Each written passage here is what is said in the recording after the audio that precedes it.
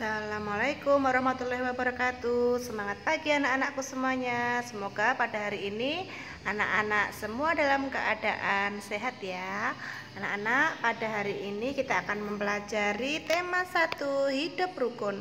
Sebelum memulai pelajaran, mari kita berdoa dulu agar kita dan keluarga selalu diberikan kesehatan dan keselamatan oleh Allah Tuhan Yang Maha Esa.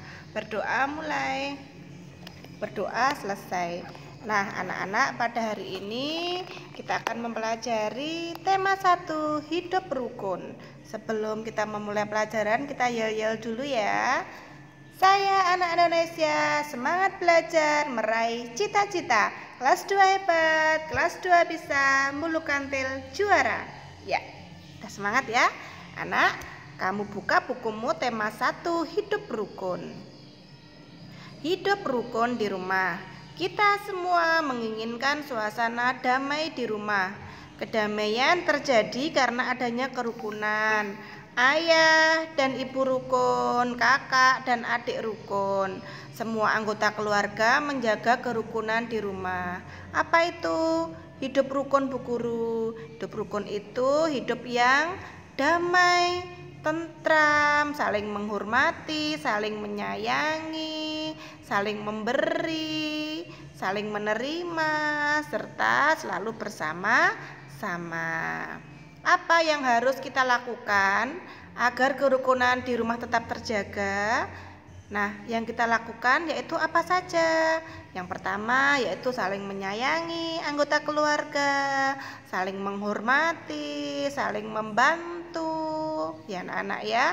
Kemudian saling bersama-sama mengerjakan suatu pekerjaan. Itulah yang disebut dengan kerukunan di rumah. Di mana saja kita harus rukun, dimanapun kita berada.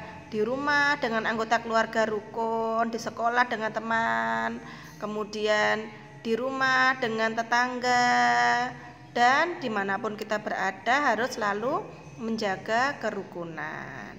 Agar kita selalu rukun dengan teman, kita harus saling menyayangi dan menghormati. Dengan rukun, maka suasana akan menjadi damai, menjadi tentram, menjadi senang.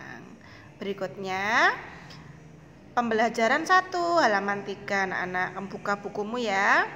Udin mempunyai kakak perempuan bernama Mutiara.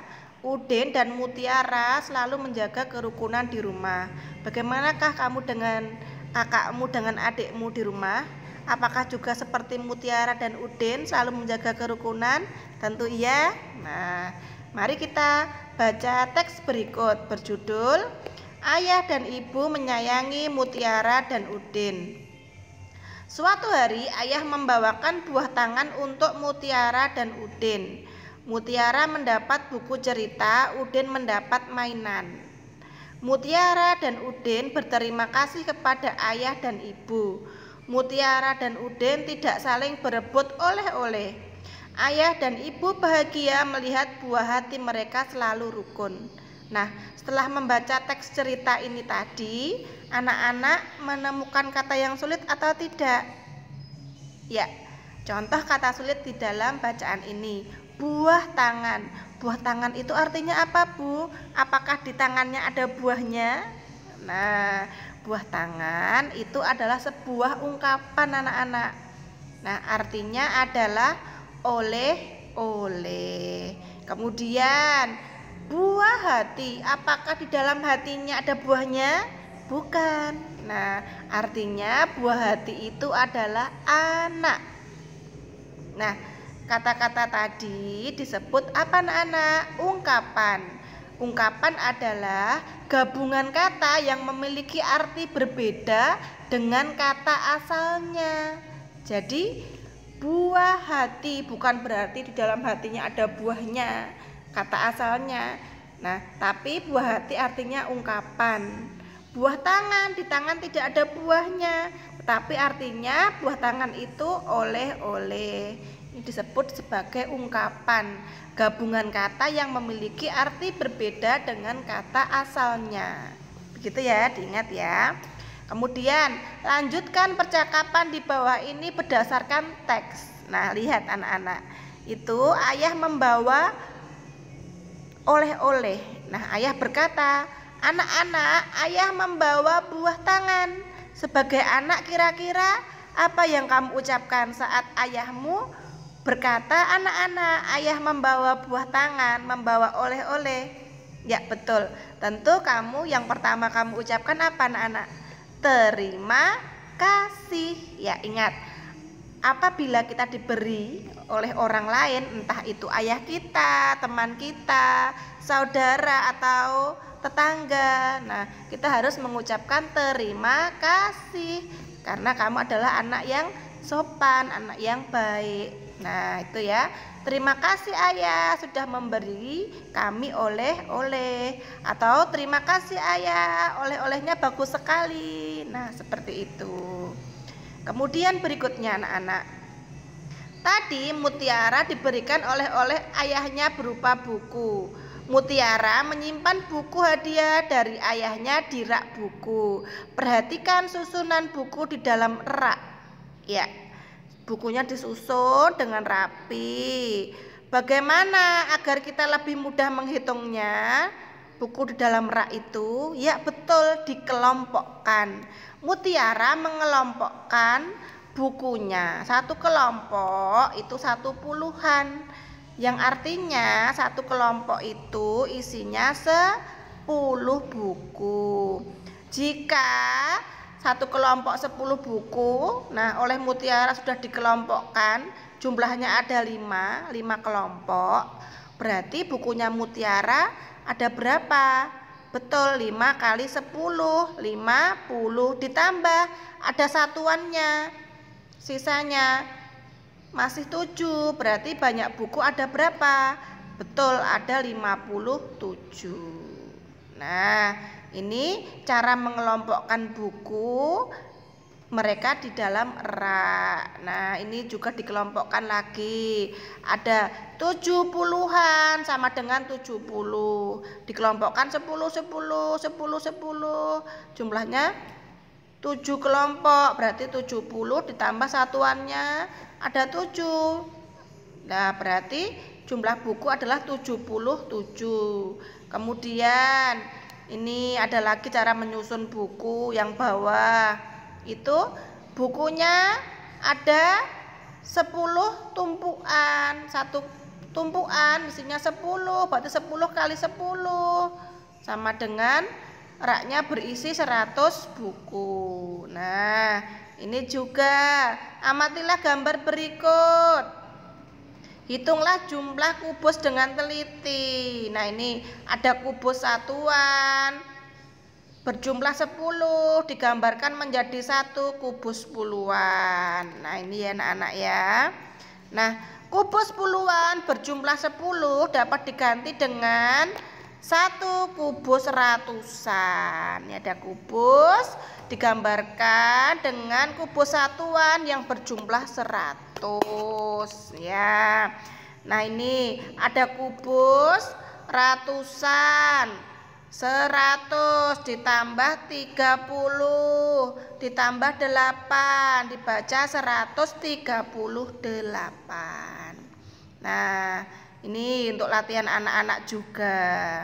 Ayo kita hitung pensil yang dimiliki oleh Ujang. Satu kotaknya itu berisi 10. Kemudian ternyata berapa jumlah pensilnya Ujang? Nah, ada 14 kelompok. Satu kelompok isinya 10. Berarti jumlah pensil yang dibeli Pak Ujang ada 140 pensil. Dapatkah kamu membaca bilangan tersebut? Nah, ditulis 140, dibaca 140. Kemudian nih, membaca dan menyatakan bilangan 3 angka ya. 104 jumlah bukunya, ditulis 104, dibaca 104 ya. Kemudian anak-anak perhatikan Ini di bawah ini kamu bisa meminta bantuan anggota keluargamu jika kesulitan. 200, 200 dibaca 200. 100, 100. Kemudian 135, 501. Bagaimana cara menulisnya? 501. Nanti dibantu orang tuamu ya, kamu membaca bilangan ini. Kemudian 819 ditulis 819. Nah, tuh nanti kamu pelajari dibantu oleh orang tuamu. Kemudian mari berlatih 2 ini nanti. Tulislah lambang bilangan nomor 1, 115. Lambang bilangannya bagaimana? Betul, 115. Nomor 2, 3, 4, 5. Nanti dibantu orang tuamu. Kemudian tulislah nama bilangan berikut. Nomor 1 sampai 5. 5, 4, 2 ditulis.